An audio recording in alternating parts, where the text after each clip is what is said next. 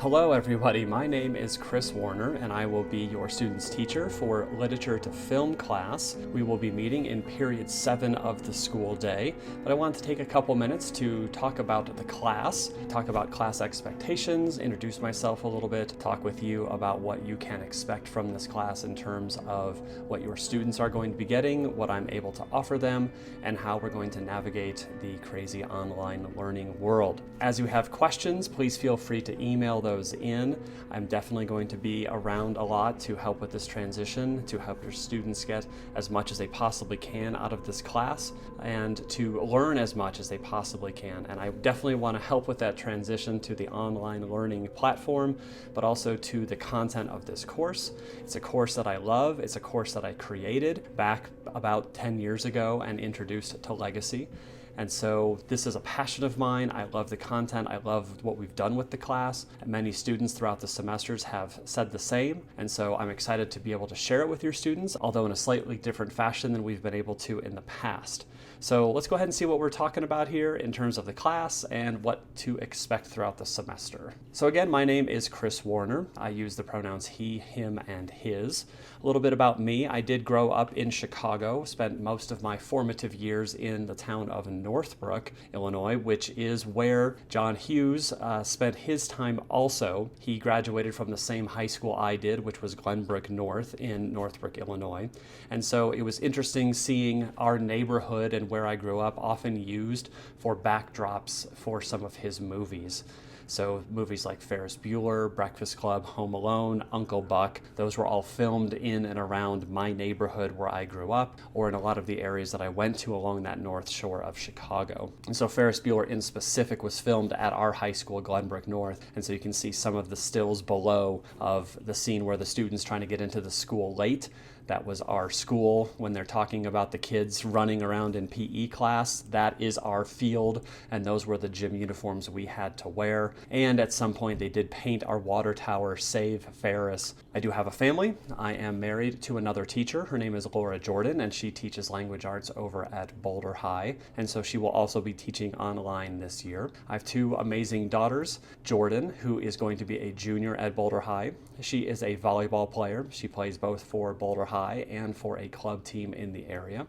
And then my younger daughter is Justice Warner, and she is a ballet dancer, actor, singer. She attends Denver School of the Arts, and so she is taking school online also, but will also be traveling to New York this year to take classes with American Ballet Theater. Ideally, most of those will be in person, but they may be online also. So my philosophy in life and in teaching is that it is always better to know more than to know less. And so I feel that coupled with the idea that hard work leads to opportunities and choices that students get to make is an important part of where I come from and what I try to infuse in the class. And so I understand that most students are probably not going to go into the film industry after taking this course, and that's okay. My goal is not to create actors, directors, producers. My goal is to give them more information about what the film industry is, so that they have a new stockpile of knowledge that can help them in their literature classes, that can help them in any of their classes, but that also in case they do have an interest in going into the film industry, they might know something about it, and it might help them get into the door a little bit. So even if they have no plans to get into the film industry, that's totally okay. I think the stuff is pretty fun. And so this class is an English elective, and so as a member of the English department, I do know what they've been learning in their English classes, and those skills transfer to this one. So when we are face-to-face and we are having large group discussions or small group discussions, those are the same types of skills that they've been doing throughout their other English courses. Additionally, they are going to need to write and communicate in this class, and so any writing that is good writing in their English class is good writing in here as well. And so whether we are face-to-face or in this online environment, we will be meeting every day. That is for one period a day, and that is for one semester long. So even if they have seen the movie before, when we start really getting into those full films, students are still expected to be in class. So yes, we are going to be online for the foreseeable future, perhaps just until September, perhaps this entire semester. It's hard for us to know right now when I'm making this in late August. Teaching and learning online is new to most of us. It certainly is for me. I've been teaching for 24 years, and they have all been in the traditional face-to-face model. I did not go into this profession to be an online teacher. So I think there are some logistical considerations that are not great. This isn't ideal in my opinion. There isn't much we can do about the structural piece of we have to be online right now. So we're going to make the best of it. And I will definitely do what needs to get done to teach this content as much as possible and to allow the students to be on par with a normal face-to-face semester. So as students pass the class at the end of the semester, they will receive 0.5 credit of English. Now, since students are already slated to take English 9, 10, 11, 12, and they are on track and potentially on track to earn 4 credits of English just through their regular English courses, if that is your student, then this credit will not be counted as English. It will change over to an elective credit because this would technically be an extra class of English. So if they need this to recover a failed credit from earlier in their career, this can be counted as English. If they are on track to earn their 4 credits through the regular courses, then this drops into electives. So what will the course be about? So first we're going to talk about a framework for analyzing film. We don't just play a film and say, hey kids, what do you think? Thumbs up, thumbs down, Roger Ebert style. We want them to actually be critically thinking about these films, analyzing them, thinking about the components that go into them. So we talk about a framework of a literary level, dramatic level, and cinematic level. So a framework for kids to use when talking about film. We'll also talk about nonfiction films or documentaries. We will use clips a lot, almost every single day, and all of those clips, as we are teaching a concept, add into the next full film that they will watch. So for example, if we're watching, let's say, Raiders of the Lost Ark, and we are studying that film because it has strong motifs or recurring patterns, we'll probably do some practice with clips that show motifs in other films so students can become familiar with what the heck a motif is, and then they can go ahead and apply that to a feature film as the next large text that they would study throughout the semester. Like we said, we do have summative assignments. These are the big ticket items that count a lot in the grade book. So we will have an open note exam at the end of Unit 1. And I get it that this is online, so probably 99.9% of the things students are going to treat as open note, and that's okay.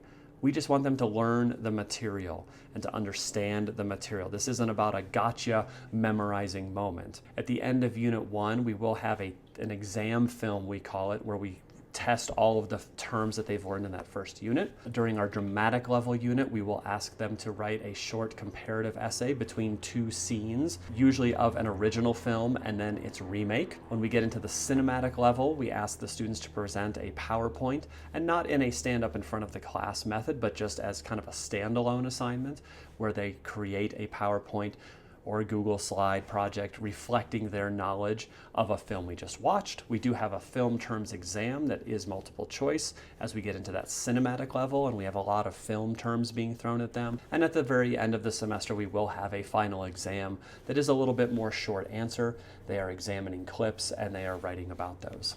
So we have a long list of movies that we can be using for this class. And so you can see the titles of some of them here. We'll start with something simple like Footloose or The Proposal. Continue with something simple like an Indiana Jones and the Raiders of the Lost Ark. We might then move to something non-linear such as Slumdog Millionaire, perhaps Inception.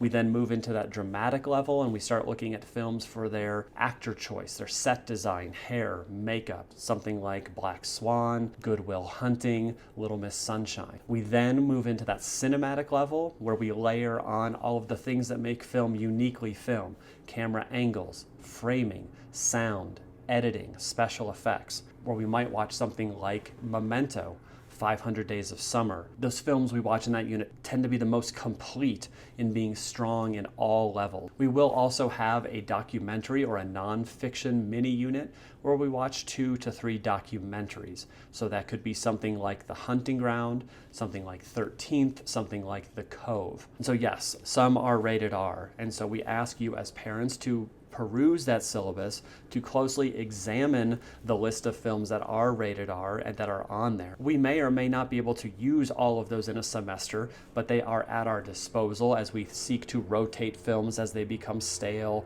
or to make a certain point if we're feeling that this semester needs this point right now. We don't start off with rated R films. We start off with something simple like Footloose or The Proposal or Remember the Titans. But we do increase the maturity of films and topics and scenes as we go through the semester. And so at the bottom there, we really need to know as instructors if one rated R film or a specific rated R film or all rated R films are going to be a concern for you or your family. In the past, many students have seen this list, many adults have seen this list, and they've just opted out of the class. They've just dropped the class and they've taken something else instead.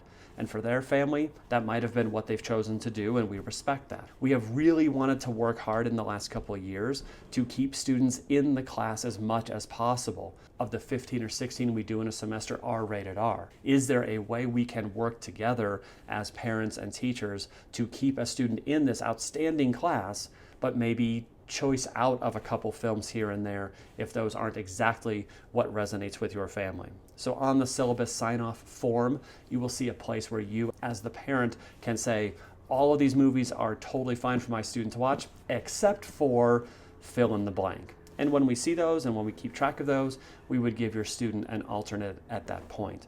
And that would be at the PG-13, PG, or G level, because at the high school, we don't need special permission to show PG-13 or below. So any rated R alternates would be of something rated less than rated R.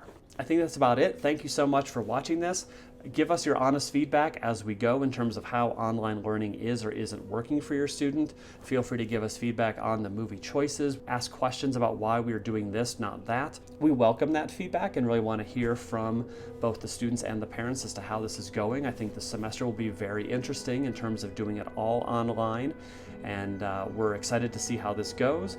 If you have any questions, feel free to send those along through phone or email, and we'll get those answered as best we can. Otherwise, thanks so much. We are excited to have your students in class. Can't wait to get started, and we will see you soon. Thanks a lot.